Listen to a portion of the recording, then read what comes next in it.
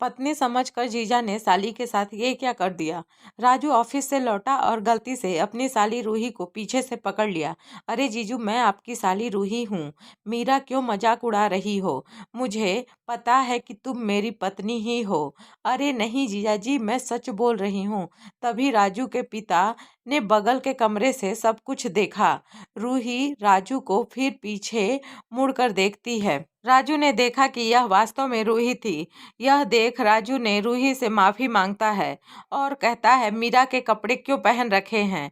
क्यों मैं अपनी बहन के कपड़े नहीं पहन सकती? मैं किताबों को सजा रही थी और कमरे की सफाई कर रही थी और बिना बताए आप कैसे मुझे पीछे से पकड़ सकते हैं? सॉरी, मैंने मीरा के कपड़े देखे और सोचा यह मीरा है, पर मैं दोनों बहनों में कोई खास अंतर नहीं है। तो क्या आप मुझे गले लगाएंगे? मैं वास्तव में समझ नहीं पाया। मुझे सच में बहुत अफसोस है। जब बीवी और साली में फर्क नहीं पता तो इतना कहकर रूही वहां से चली गई। दोपहर में राजू के पिता ने मीरा को छत पर बुलाया। अरे बहू, यहाँ आओ। क्या हुआ पिताजी? तुम्हारी बहन आई हुई है ना? उसे अभी घर से निकालो। निकाल दो मतलब क्यों पिताजी? तुम्हें इतना समझने की जरूरत नहीं है। यह मैं तुम्हें नहीं बता सकता। तुम अपने परिवार को बचाना चाहती हो तो मैं जो कहता हूँ वो करो। चिंता करने की कोई बात नहीं है। मैं जो कहूँ वही करो पिताजी।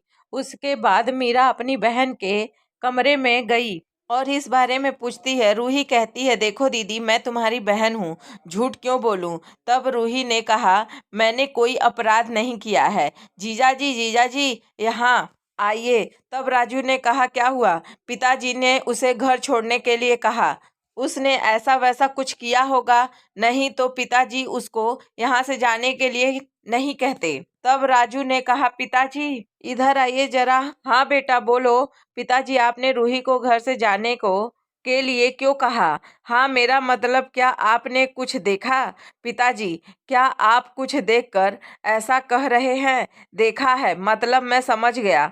मैं तुम्हें समझाता हूँ। बात यह है कि रूही ने मीरा की साड़ी पहनी हुई थी, जिसके कारण मैंने रूही को मीरा समझ लिया था, पीछे से गले लगा लिया था और आपने यही देखा, जिसकी वजह से आप रूही को गलत समझ रहे हैं।